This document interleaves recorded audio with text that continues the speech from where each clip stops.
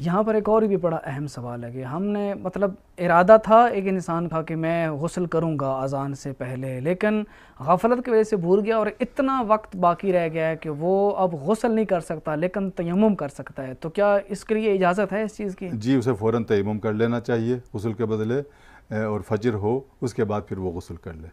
यानी फ़जर से पहले सिर्फ इतना टाइम बच गया है कि वो तयम्मुम कर सकता है, अगर तयम्मुम करना जानता हो।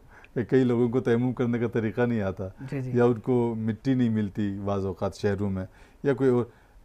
ये भी सीख लेना चाहिए एक मोमिन को अपने शरई मसाइल की गुस्ल के बदले, वज़ू के बदले कहीं तयम्मुम करना पड़ जाए, पानी मुयस्सर ना हो या ऐसे कोई हालात पेश आ जाएँ। फ़र्ज़ करें उसके पास 2 मिनट का वक्त है, 2 मिनट के वक्त में गुस्ल करना बहुत मुश्किल है, लेकिन 2 मिनट के वक्त में तयम्मुम कर सकता है गुस्ल के बदले, तो उसे फ़ौरन तयम्मुम करके अपने आप को दिन में दाखिल करना चाहिए, उसके बाद फ़ौरन जाकर गुस्ल कर ले।